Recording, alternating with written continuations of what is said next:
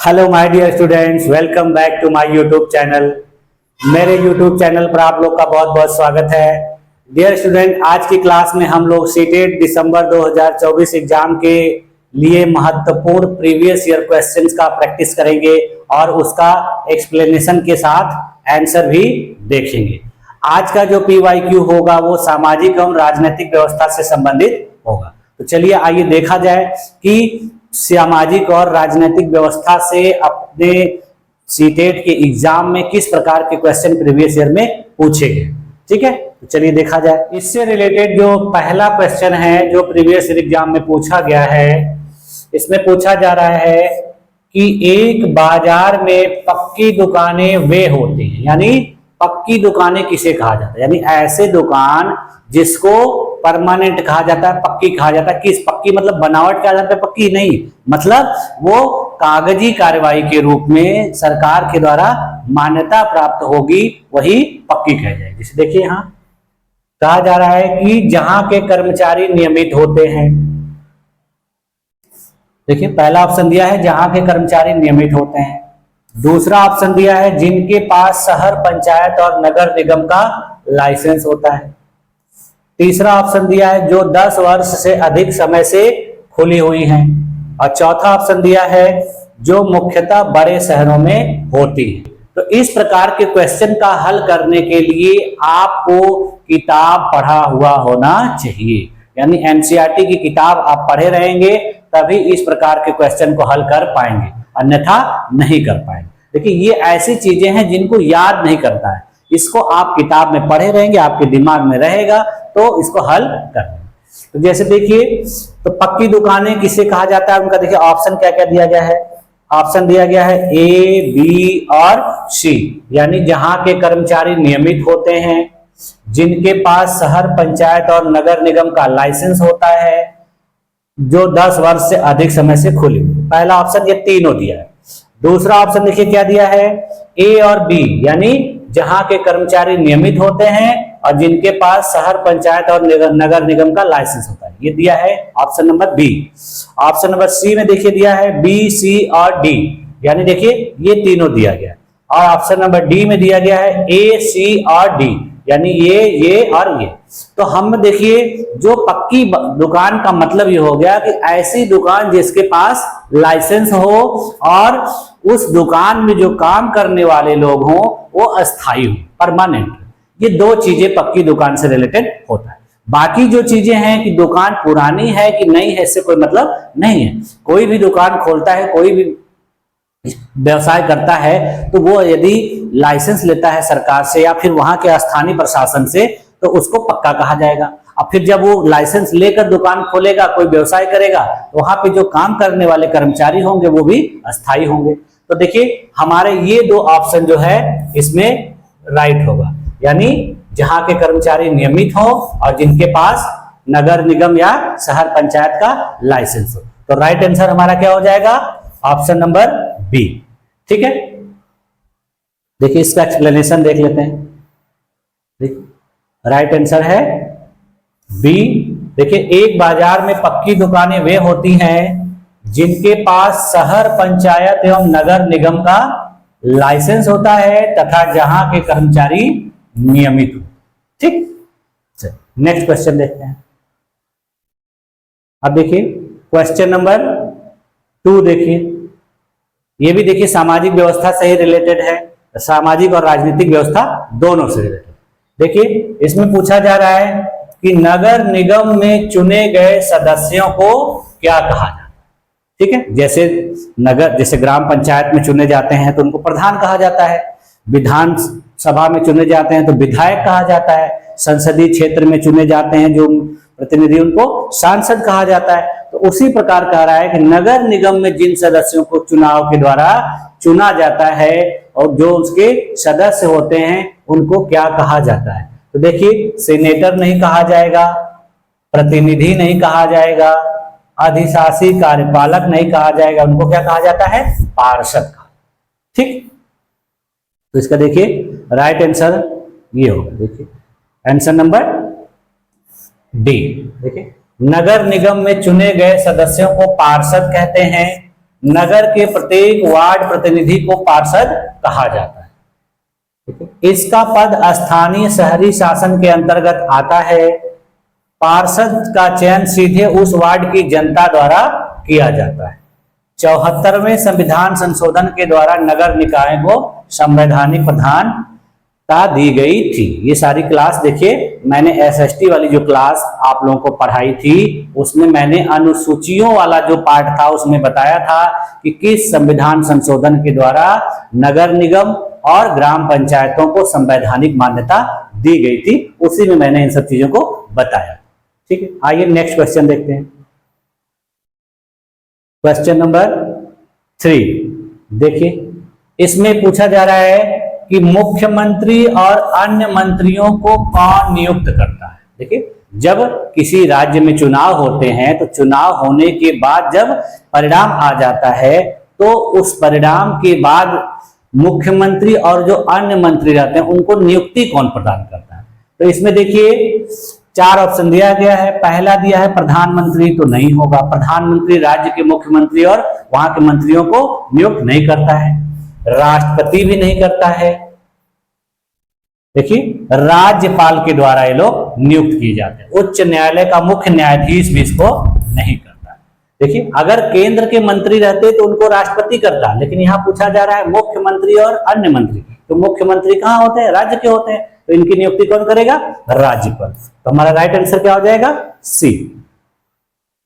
देखिए, इसका एक्सप्लेनेशन है कि भारतीय संविधान के अनुच्छेद 164(1) के तहत राज्य के मुख्यमंत्री की नियुक्ति राज्यपाल द्वारा तथा अन्य मंत्रियों की नियुक्ति मुख्यमंत्री की सलाह पर राज्यपाल द्वारा ही की जाती। ठीक, यानी इन दोनों को नियुक्त कौन करता है? राज्य। अब देखिए नेक्स्ट क्वेश्चन, क्वेश्चन नंबर देखिए 4 है। ये भी देखिए सामाजिक व्यवस्था से संबंधित है। किसानों से जो कर्ज वगैरह किसानों के द्वारा लिया जाता है उससे रिलेटेड। देखिए, इसमें कथन दिए गए हैं, 2 कथन, कारण और कथन के रूप में। देखिए, निम्नलिखित कथनों ए तथा आर पर विचार करें और उपयुक्त विकल्प चुनें। इसमें देखिए दिया गया पहला कथन कि कर्ज किसानों की विपदा का मुख्य कारण बन गया है, जिसके बोझ से दबकर कई किसानों ने आत्महत्या तक कर ली है। ठीक। दूसरा देखिए कथन दिया गया इसका कारण के रूप में कि छोटे किसानों को बीज, खाद व कीटनाशक जैसे सामानों को खरीदने के लिए साहूकारों से कर्ज लेना पड़ता है, जिसे कई बार किसान चुका नहीं पाते। तो देखिए ऐसे मामले कुछ ऐसे राज्यों में सुनने को मिलते हैं। ज्यादातर देखिए ऐसे राज्यों में सुनने को मिलते हैं जहां की कृषि भूमि जो उपजाऊ नहीं है या फिर वहां की कृषि भूमि वर्षा पर निर्भर होती है। तो जब वहां पर वर्षा नहीं होती है तो वहां फसलों का नुकसान हो जाता है, जिसके वजह से जो किसान कर्ज लिए होते हैं वो कर्ज चुका नहीं पाते हैं। दूसरा कारण हो सकता है कि वहां की भूमि उपजाऊ नहीं होती है, तो उसके वजह से किसान कर्ज लेकर साहूकारों से बीज खरीदते हैं, खाद खरीदते हैं और फिर उसको फसल बोते हैं। अब फिर फसल नष्ट हो जाती है, नहीं हो पाती है किसी प्राकृतिक वजह से, किसी अन्य वजह से, तो किसानों का कर्ज बहुत ज्यादा हो जाता है और उस कर्ज से दबने की वजह से वो क्या कर लेते हैं? आत्महत्या कर। ऐसे मामले देखिए बहुत ज्यादा सुने जाते हैं और खास करके देखिए महाराष्ट्र में इस तरह के मामले बहुत ज्यादा आते हैं। देखिए तो इसके देखिए जो राइट आंसर क्या होगा दिया, पहला ऑप्शन दिया देखिए ए और आर दोनों सही हैं और ए आर की सही व्याख्या करता है। दूसरा ऑप्शन देखिए दिया गया ए और आर दोनों सही हैं लेकिन ए की आर सही व्याख्या नहीं है। अगला ऑप्शन देखिए क्या लिखा है, ए सही है लेकिन आर गलत है।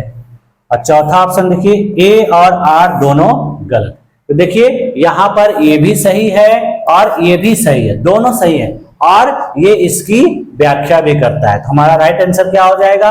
राइट आंसर हो जाएगा हमारा ए। ठीक, आइए देखिए इसका एक्सप्लेनेशन।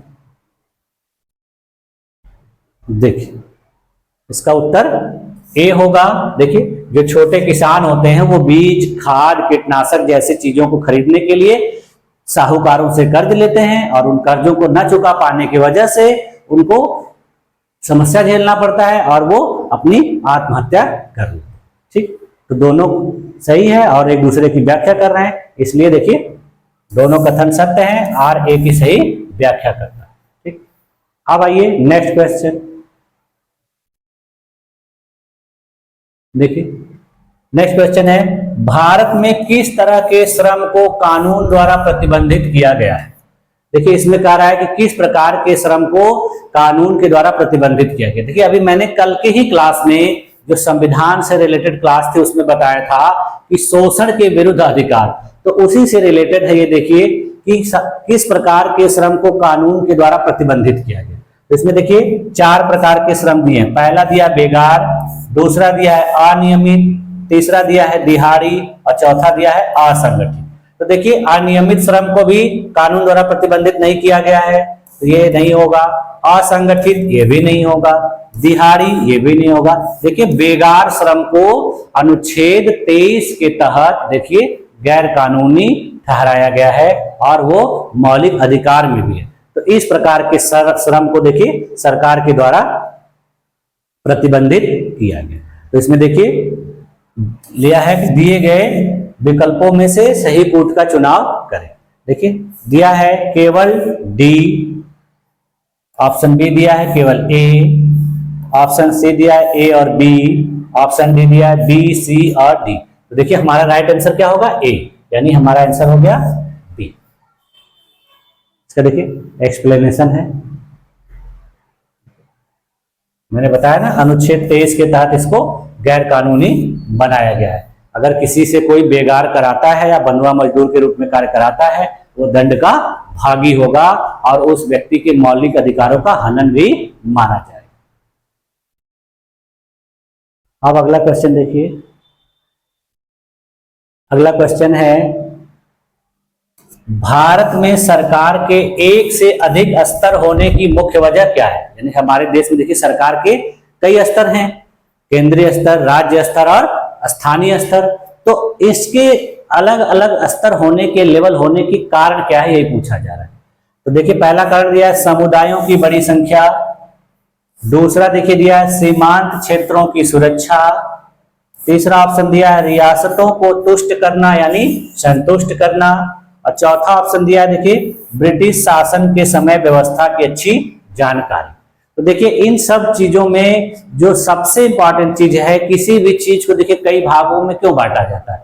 जब उसकी संख्या बहुत ज्यादा होती है, एक व्यक्ति के द्वारा उसको सही तरीके से संचालित नहीं किया जा सकता है, तब उसको देखिए कई लोगों को जिम्मेदारी बांट दी जाती है और फिर उस काम को अच्छे तरीके से कर लेते हैं। जैसे घर में भी देखिए बहुत सारे कार्य होते हैं, तो एक ही व्यक्ति के पास सारी जिम्मेदारी होती है, तो वो कुछ कार्यों पर ध्यान नहीं दे पाता पूरी तरह से। तो इसीलिए क्या किया था, घर में सभी सदस्य जो जिम्मेदार होते हैं उनको कार्य बांट दिए जाते हैं कि आपका ये काम है, आपका ये काम है, आपका ये काम है, तो जिससे वो काम देखिए बहुत सरलता पूर्वक और बेहतर ढंग से हो। तो उसी प्रकार देखिए अपने देश में जो सरकारें हैं उनको भी देश की जनसंख्या बहुत ज्यादा है, जो लोगों की संख्या बहुत ज्यादा है, जिसके वजह से इसको कई लेवल में बांट दिया गया। देखिए पहला ऑप्शन क्या होगा हमारा? राइट होगा, यानी समुदायों की बड़ी संख्या। बाकी ये देखिए सीमांत क्षेत्रों की सुरक्षा नहीं होगा, रियासतों को तुष्ट करना नहीं होगा और अंग्रेजों के समय व्यवस्था की अच्छी जानकारी ये भी नहीं। तो राइट आंसर हमारा क्या हो जाएगा? ए। देखिए 6 का राइट आंसर क्या हो जाएगा? ए। ठीक, आइए नेक्स्ट क्वेश्चन देखिए। अब ये देखिए ये भेदभाव से रिलेटेड क्वेश्चन। देखिए लड़के और लड़कियों में जो समाज में लैंगिक भेदभाव देखा जाता है उसी से रिलेटेड। देखिए इसमें पूछा जा रहा है कि निम्नलिखित कथनों पर विचार कीजिए। देखिए इसमें 4 कथन दिए हैं, आपको बताना है कि कौन सा कथन जो है रूढ़िवादिता को पोषित करता है, यानी रूढ़िवादिता को समर्थन करता है। देखिए पहला ऑप्शन दिया है लड़कियों की तुलना में लड़के एक बेहतर स्काउट लीडर होते हैं या बनते हैं। दूसरा ऑप्शन दिया है लड़कियां फुटबॉल खेलने में अच्छी होती हैं। तीसरा ऑप्शन दिया है लड़कियां सौम्य, कोमल और अच्छी देखभाल करने वाली होती हैं। चौथा ऑप्शन दिया है लड़के दबंग और उग्र होते।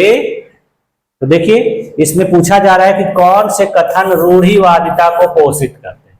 तो देखिए इसमें देखने से ही आप आंसर बता दोगे कि कौन सा सेंटेंस जो है लड़कियों के लिए भेदभाव वाली बात कर रहा है। देखिए पहला कह रहा है यहाँ पर कि लड़कियों की तुलना में लड़के एक बेहतर स्काउट लीडर होते हैं, ऐसा कहीं नहीं हो सकता, लड़कियां भी स्काउट अच्छी लीडर हो सकती हैं। तो ये देखिए ये सेंटेंस क्या है, ये रूढ़िवादिता को सपोर्ट करता है। इसका मतलब एक ये हो गया। दूसरा देखिए कहा जा रहा है लड़कियां फुटबॉल खेलने में अच्छी होती है, एकदम सही बात है, तो अच्छी होती है, तो ये रूढ़िवादिता को सपोर्ट नहीं कर रहा है, यानी लड़कियों का समर्थन कर रहा है।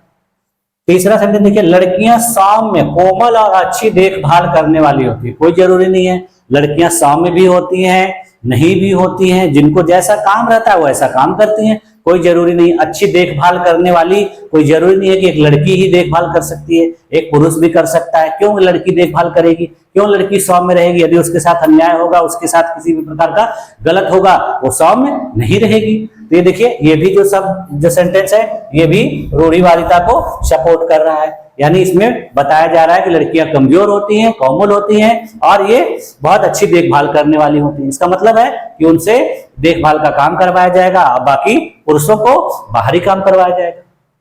देखिए अगला दिया लड़के दबंग और उग्र होते हैं, ये भी देखिए पूरी तरह से रूढ़िवादिता को सपोर्ट कर रहा है, कोई जरूरी नहीं है। ठीक है, तो देखिए हमारा जो इसमें से राइट आंसर देखिए क्या क्या होगा। देखिए पहला दिया है ए बी और सी, ठीक। दूसरा दिया देखिए ए सी और डी।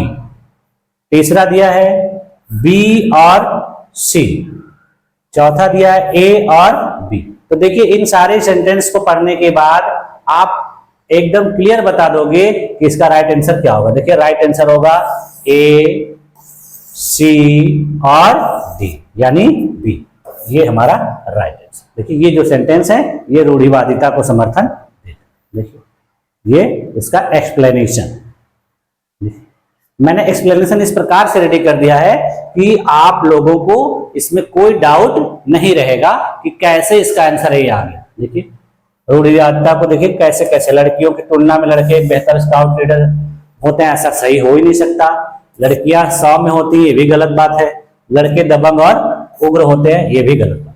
ठीक है, तो इसका मतलब है ये कहा जा रहा है कि ये सामाजिक रूढ़िवादिता है, ऐसा कुछ तार्किक और वैज्ञानिक नहीं है। यानी ये जितने भी सेंटेंस हैं ये तार्किक और वैज्ञानिक नहीं है, बल्कि ये आस्था और पूर्व धारणा यानी रूढ़िवादिता पर आधारित है, जो समाज के द्वारा बनाया गया। ठीक, नेक्स्ट क्वेश्चन देखिए, ये संसद से रिलेटेड है। देखिए ये क्वेश्चन हर जगह पूछा जाता है, बहुत सारे कॉम्पिटिटिव एग्जाम में भी पूछा जाता है, हर जगह इस क्वेश्चन को पूछा जाता है कि देखिए निम्नलिखित में से कौन से भारत की संसद बनाते हैं, यानी भारत की संसद किन किन से मिलकर बनती है। देखिए ऑप्शन दिया है राज्यसभा, लोकसभा, राज्य विधानसभा और राष्ट्रपति। तो इसमें कह रहा है सही विकल्प का चयन कीजिए। अब देखिए इसमें पहला ऑप्शन दिया है ए बी और सी, दूसरा ऑप्शन दिया देखिए ए और बी, तीसरा ऑप्शन दिया देखिए बी और डी, और चौथा ऑप्शन दिया देखिए ए बी और डी। तो जैसा कि आप लोग हमेशा से पढ़ते चले आ रहे हैं कि संसद का गठन जो देखिए राज्यसभा, लोकसभा और प्लस राष्ट्रपति से मिलकर होता है। राज्यसभा जिसमें उच्च सदन कहलाती है और लोकसभा निम्न सदन कहलाती है। तो ठीक है, तो देखिए राइट आंसर हमारा क्या हो जाएगा ए बी और डी, यानी ऑप्शन नंबर डी।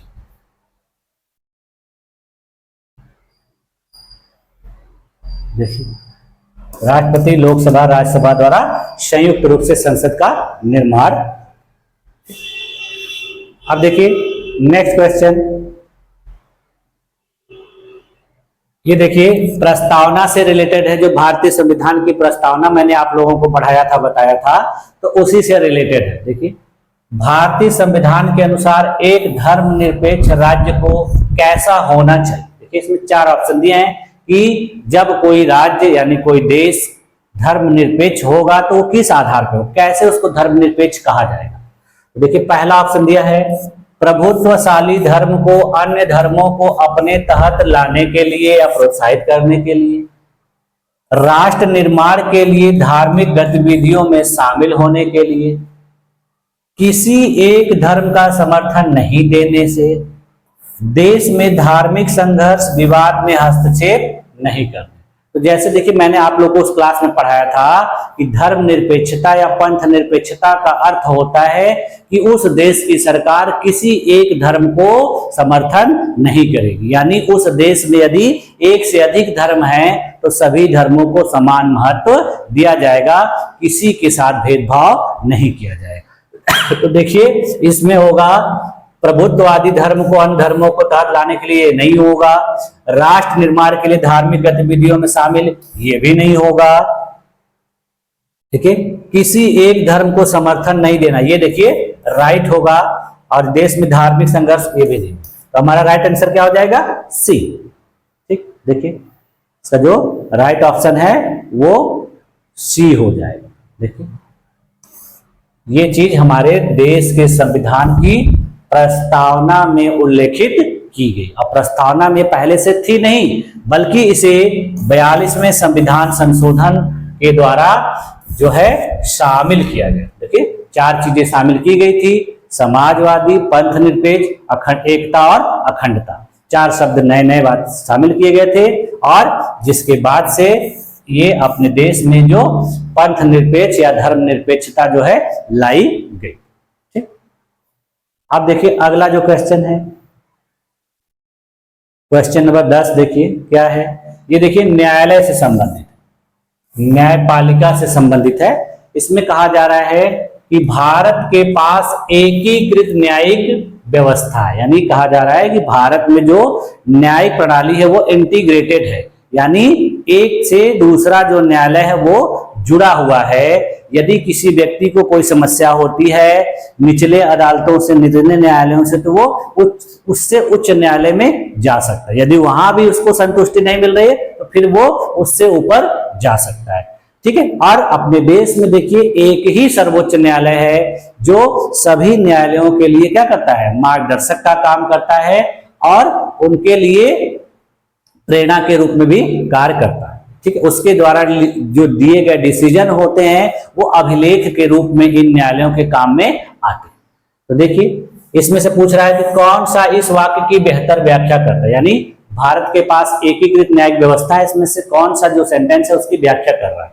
तो देखिए पहला दिया है, व्यक्ति उच्च न्यायालय जा सकता है अगर वह निचली अदालत के फैसले से संतुष्ट नहीं है। बिल्कुल जा सकता है, यदि निचली अदालत से कोई फैसले से संतुष्ट नहीं है तो उच्च अदालत में जा सकता है। दूसरा देखिए, ऊपरी अदालतों द्वारा लिए गए निर्णय निचली अदालतों पर बाध्यकारी नहीं है।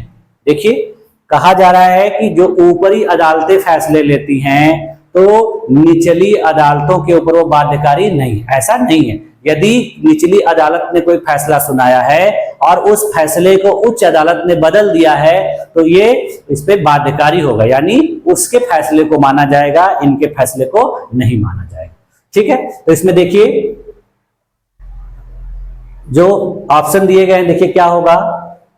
पहला दिया है ए और बी दोनों सही हैं, ए और बी दोनों गलत हैं, केवल ए सही है, केवल बी सही। देखिए ये जो सेंटेंस है ये नहीं की वजह से क्या है, गलत हो जा रहा है।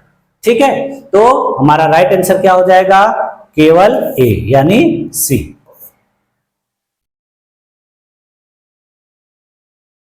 देखिए इसका एक्सप्लेनेशन देख लीजिए कि भारत में मैंने बताया ना कि इंटीग्रेटेड एकीकृत न्यायिक प्रणाली है और अपने देश का एक ही सर्वोच्च न्यायालय है। यदि कोई निचली अदालतों के फैसले से संतुष्ट नहीं होता है तो उच्च न्यायालय में जा सकता है।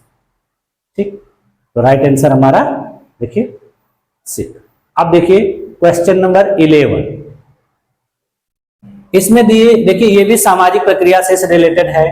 कहा जा रहा है कि किसी समुदाय के घेटोआइजेशन की प्रक्रिया का नतीजा क्या होता है। देखिए घेटोआइजेशन एक सामाजिक प्रक्रिया है, इस प्रक्रिया के द्वारा क्या होता है। तो देखिए जब किसी व्यक्ति के साथ ये प्रक्रिया घटती है तो वो बाकी जो अपना समाज होता है उसका, उससे वो अलग हो जाता है। पहला ऑप्शन दिया है उसका बाकी समाज से अलगाव, उनकी सांस्कृतिक का विविधीकरण, अल्पसंख्यकों का संरक्षण, उनका सामाजिक सशक्तिकरण। देखिए इसमें से ये भी नहीं होगा, ये भी नहीं होगा, ये भी नहीं होगा। देखिए उसका बाकी समाज से जो अलगाव हो जाता है ये राइट आंसर होगा। देखिए हमारा राइट आंसर क्या हो जाएगा, ए। देखिए, किसी समुदाय के घेटोआइजेशन की प्रक्रिया का नतीजा होता है कि उसका बाकी समाज से अलगाव हो जाता है। देखिए, यह लोगों के एक समूह की एक विशेष क्षेत्र में रहने के लिए दबाव डालने की प्रक्रिया है। यह अक्सर भेदभाव और पूर्वाग्रह का परिणाम है। देखिए, बहुत से लोग होते हैं कि अपना एक अलग समाज बना लेते हैं, बहुत सारे दूसरे समाज में उनको रहना पसंद नहीं होता है, वो वहां एडजस्ट नहीं कर पाते हैं, तो वो अपना एक अलग समाज बना लेते हैं। तो इसी को प्रक्रिया को कहा जाता है घेटोआइजेशन। एक तो ये होता है, दूसरा किसी ऐसे कार्य की वजह से भी उनका अपना एक अलग समाज बन जाता है और वो अपने पुराने समाज में रहना नहीं चाहते हैं, तो यही चीज घेटोआइजेशन कहलाती है। अगला देखिए क्वेश्चन जो है, क्वेश्चन नंबर 12। देखिए, ये जो रेहड़ी पर या जो बाजारों में ठेले या खोमचे पर सामान बेचने वाले हैं उनसे रिलेटेड है। देखिए, इसमें कहा जा रहा है कि जो फुटपाथ और ठेलों पर सामान बेचने को जीविकोपार्जन के अधिकार के रूप में देखना चाहिए। निम्नलिखित में से क्या एक कदम। देखिए, कहा जा रहा है जो लोग ठेले पर या फुटपाथ पर सामान बेचते हैं तो उनके लिए वो उनकी जीविकोपार्जन का साधन है, तो उनके लिए क्या ऐसा किया जाना चाहिए जो सबसे उचित होना चाहिए। देखिए, कहा जा रहा है फुटपाथ और ठेलों पर सामान बेचने वालों के लिए शहरों के कुछ इलाकों का तय किया जाना चाहिए। ठेलों को सड़कों पर प्रतिबंधित करना चाहिए। छोटी दुकानों को ठेलों की जगह स्थान देना चाहिए। ठेलों और फुटपाथ पर सामान बेचने पर स्थानीय सरकार द्वारा कर लगाना चाहिए। तो देखिए, जो ठेले वाले होते हैं, जो फुटपाथ पे सामान बेचने वाले होते हैं, उनको भी अपनी जीविका को चलाने के लिए कुछ अधिकार मिलने चाहिए। तो इसके लिए क्या करना चाहिए स्थानीय शासन प्रशासन को कि उनके लिए एक निश्चित स्थान तय कर देना चाहिए कि वो वहां पर किसी को बिना डिस्टर्ब किए अपनी जीविकोपार्जन के लिए धन अर्जित कर सके, अपना सामान बेच सके, और जिन लोगों को वो सामान खरीदना हो उस क्षेत्र में जाकर वो चीज खरीद ले। देखिए देखिए, विभिन्न प्रकार के मार्केट बाजार बने होते हैं अपने क्षेत्र में, समाज में। देखिए, सब्जी मंडी, दाल मंडी, तरह तरह की मंडी, फल मंडी। तो क्या होता है, वहां पर सभी लोगों को पूरी आजादी होती है कि वो ठेलों पर, वहां मार्केट में जमीन पर बैठ के अपना सामान बेचते हैं, वहां पर किसी को पाबंदी नहीं होती। तो ये देखिए, ये है कि तो पहला ऑप्शन देखिए हमारा क्या हो जाएगा, राइट हो जाएगा। बाकी देखिए, ठेलों को सड़कों पर प्रतिबंधित करना गलत है। छोटी दुकानों को ठेलों के, ये भी गलत हो जाएगा। सरकार इनसे कर लेगी, स्थानीय सरकार, ये भी गलत। तो देखिए, जो सबसे अच्छा कदम होगा वो फुटपाथ और ठेलों पर सामान बेचने के लिए शहरों के कुछ इलाकों में स्थान नियत कर देना ही सही। ठीक है, तो आज की देखिए इस जो क्लास में मैंने आप लोगों को देखिए 12 क्वेश्चन कराए हैं, और देखिए इसका जो राइट आंसर मैंने क्या बताया अभी, ए होगा।